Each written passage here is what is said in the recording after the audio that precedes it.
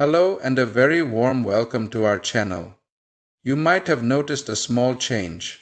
We've evolved from happy mantra to the wisdom today. Why? Because in a world buzzing with constant notifications, deadlines, and a never-ending to-do list, true wisdom isn't a luxury. It's a necessity for a happy life. We're constantly pulled in a million directions, feeling stressed and overwhelmed. It often feels like we're fighting a battle within ourselves, doesn't it? This feeling of internal conflict, this struggle to find our purpose and act rightly, is a timeless human experience. And that's exactly why today we are diving into the first episode of a series on a sacred book that has guided souls for centuries, the Bhagavad Gita. We'll explore its profound wisdom, not as ancient text, but as a practical guide for our modern lives. Let's begin with a scene most of us can relate to. Standing at a crossroads. Imagine you're facing a huge decision. Maybe it's a career change, a difficult conversation with a loved one, or a choice that challenges your deepest values. Your heart pounds, your mind races, and you're paralyzed by doubt and confusion. This is exactly where the story begins. A great warrior, Arjuna, is on a battlefield, but his battle is internal. He sees his own family, teachers, and friends on the opposing side. His duty tells him to fight, but his heart is filled with sorrow and compassion. He's overwhelmed. He lays down his weapons, completely lost and dejected. This isn't just a story about a warrior. It's about us. Every time we face a moral dilemma and feel utterly powerless, it's that moment of despair when we question everything we stand for. Now, how do we move from this state of paralysis to a state of clarity and action? This is where the real guidance begins. The first step is to understand the nature of our reality.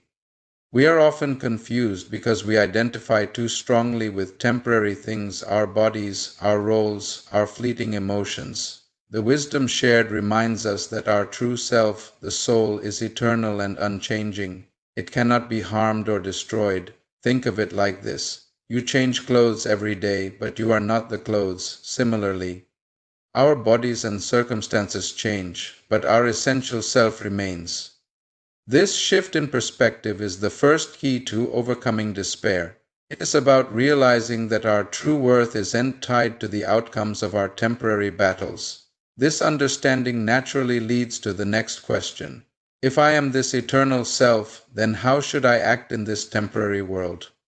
The answer is to act with detachment, focusing on the action itself, not the fruits of the action. This is the essence of karma yoga, or the path of selfless action. Imagine a skilled surgeon. They perform a critical operation with immense focus and dedication, but they cannot be emotionally attached to whether the patient lives or dies. Their duty is to perform the surgery to the best of their ability. If they become overwhelmed by the possible outcomes, their hands might shake, and they couldn't do their job properly. This is what it means to act without attachment. It's about finding freedom in doing our duty, our work, our part in the world, with full commitment, but surrendering the results. Many great books, like Return to Calm and The Focus Code by Neil Ryan, echo these principles for our modern lives. They teach us how to overcome anxiety and center ourselves by being fully present in the moment, mentally where we are physically. This is the core of right action. It's not about inaction or running away from our responsibilities. It's about performing them with a clear, calm, and focused mind, free from the anxieties of success or failure. It's about understanding that our greatest contribution is the quality and intention of our actions, right here, right now. Thank you for joining us on this journey today. This is just the beginning. In our next episode, we will delve deeper into the nature of action and inaction.